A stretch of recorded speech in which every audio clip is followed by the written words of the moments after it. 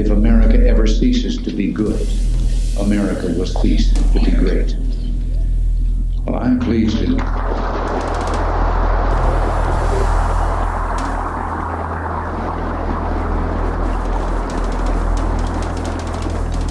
I'm pleased to be here today with you who are keeping America great by keeping her good. Today, American children need good education more than ever.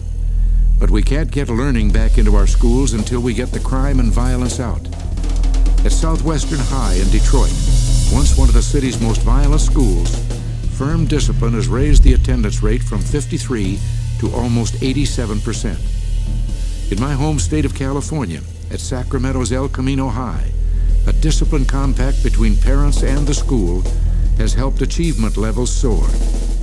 And in the Watts section of Los Angeles, George Washington Preparatory High School recently established a policy of strict discipline with impressive results. No matter where I go, no greater truth shines through than the one you seek to live by each day. Preserving America must begin with faith in the God who has blessed this land. America needed a violent hero. Dirty Harry, the crooked cop with an itchy trigger finger, wasn't discerning enough. He wasn't bloodthirsty enough. All these kids, as they say, no longer saying yes ma'am and no ma'am. Death Wish got close. America liked that one. Dirty Harry and Paul Kersey were city men changing the urban landscape of 1970s America. It was Gerald Ford's America, Richard Nixon's America, Jimmy Carter's America, an America with declining values, declining economics, declining faithfulness and church attendance.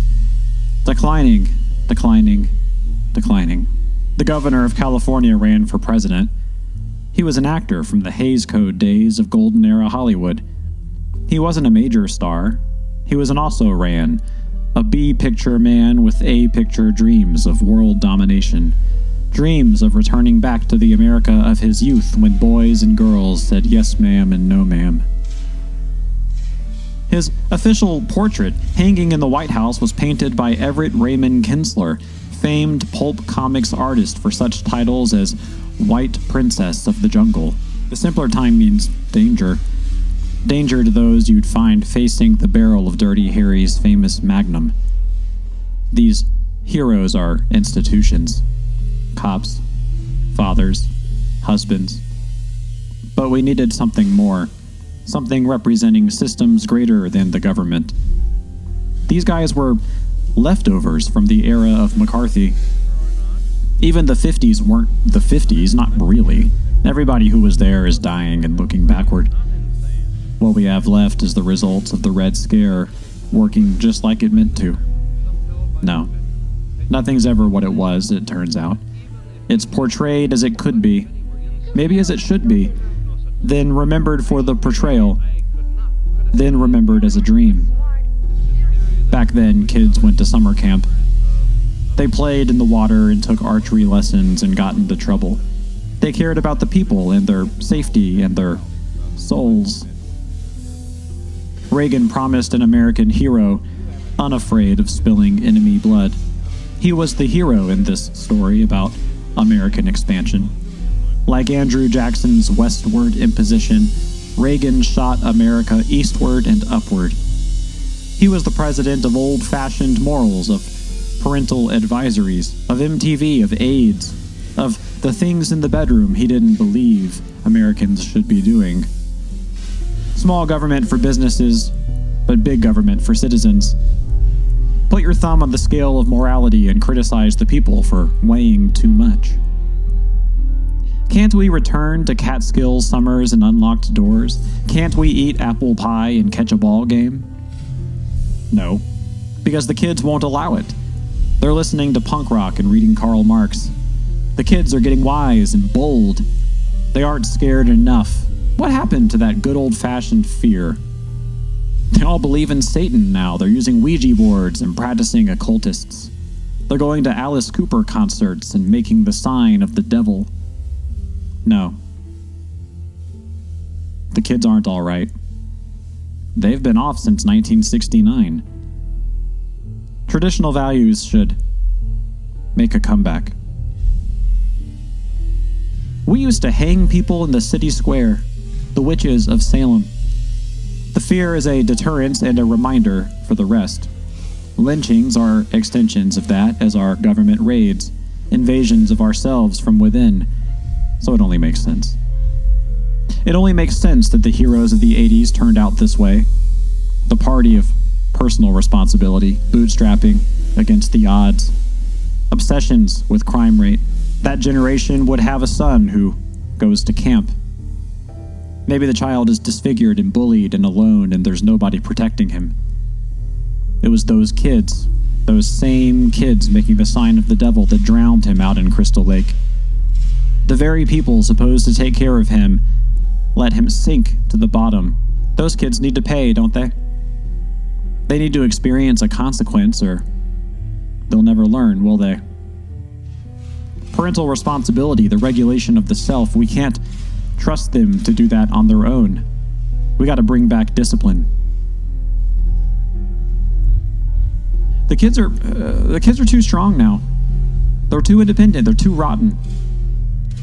Divine intervention. We needed to make something stronger. A golem. A golem made by the fears of the great moral warriors, armed with a radar for the kids who don't care. A golem for the kids who spell danger for the very fabric of society. A golem willing to do the hard job, the necessary job. We don't talk about it. We look each other in the eyes and then we look away. We warn the kids about where they're going, but what do they do with a warning? They listen. They have their music and their parties. Responsibility is for next week when the kids actually come to the camp. The golem is born from the grave of a child struck by God's holy lightning. It's messy work, the silent work of a scared generation. Wearing a mask, staying anonymous, just like it always is. The golem serves its maker by design. Jason is the golem of the 1980s. These kids can't enjoy the fruits of a free society without the fear of God. They must be punished. The golem is a tool of the maker, of the one on God's side. The mask has no scripture. It knows only the command carved into its clay. Protect the old dream from the children who are waking up. Lovers, stoners, the ones who don't look like postcard America. News anchors call it a plague, a rot. They hold up album covers like talismans of doom, parental advisories, police emotions, and discomfort. Jason doesn't go in for all that government talk. He's deregulated, masked, ready to get the job done. For Reagan's golem, the story is simple. The body is a problem. The body is to be disciplined. The only survival strategy is abstinence, sobriety, obedience, vigilance.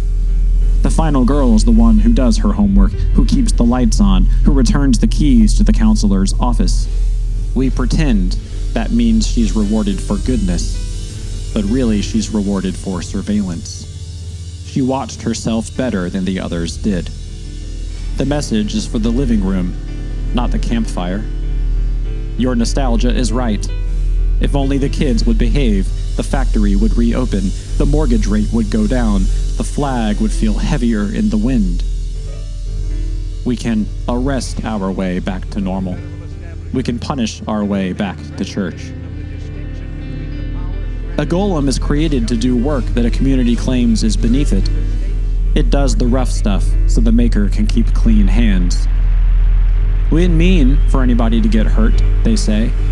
We were protecting the children, they say. But the children watch the news. They learn that the loudest stories about law are told at the expense of the least powerful people in the room. The boys at Crystal Lake push the strange kid into the water and call it an accident. The adults do paperwork and call it order. The golem, well, he just keeps moving. The slasher's religion insists on purity without care. The final girl survives, but she is left shaking, eyes wide, alone in a boat while the water goes still. Survival is not community. Community is built by people who decide not to punish each other for being alive.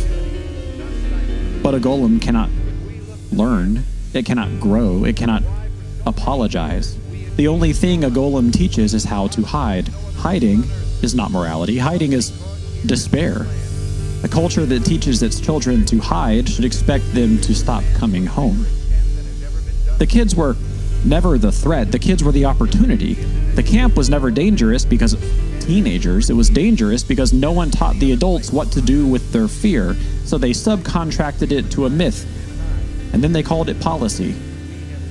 They hired a golem, they tipped the golem, they voted for the golem. The golem did its job, it always will. That is what we should be afraid of, not the knife in the woods, but the easy story that makes the knife feel inevitable.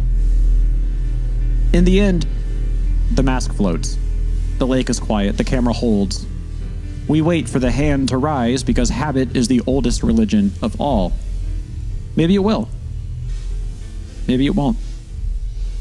The point of growing up as a country is not to make sure the hand never rises. It is to stop calling the hand a hero when it does. To recognize what it is. That old fear. The golem. Clocking in for another shift. We can retire it. It won't retire itself. The clay remembers the command until the command is erased. But whatever sad episodes exist in our past, any objective observer must hold a positive view of American history, a history that has been the story of hopes fulfilled and dreams made into reality. Especially in this century, America has kept alight the torch of freedom, but not just for ourselves, but for millions of others around the world. And this brings me to my final point today. During my first press conference as president, in answer to a direct question, I pointed out that as good Marxist-Leninists, the Soviet leaders have openly and publicly declared that the only morality they recognize is that which will further their cause, which is world revolution. I think I should point out I was only quoting Lenin, their guiding spirit, who said in 1920 that they repudiate all morality that proceeds from supernatural ideas, that's their name for religion, or ideas that are outside class conceptions. Morality is entirely subordinate to the interests of class war, and everything is moral that is necessary for the annihilation of the old exploiting social order and for uniting the proletariat. Well, I think the refusal of many influential people to accept this elementary fact of Soviet doctrine illustrates an historical reluctance to see totalitarian powers for what they are.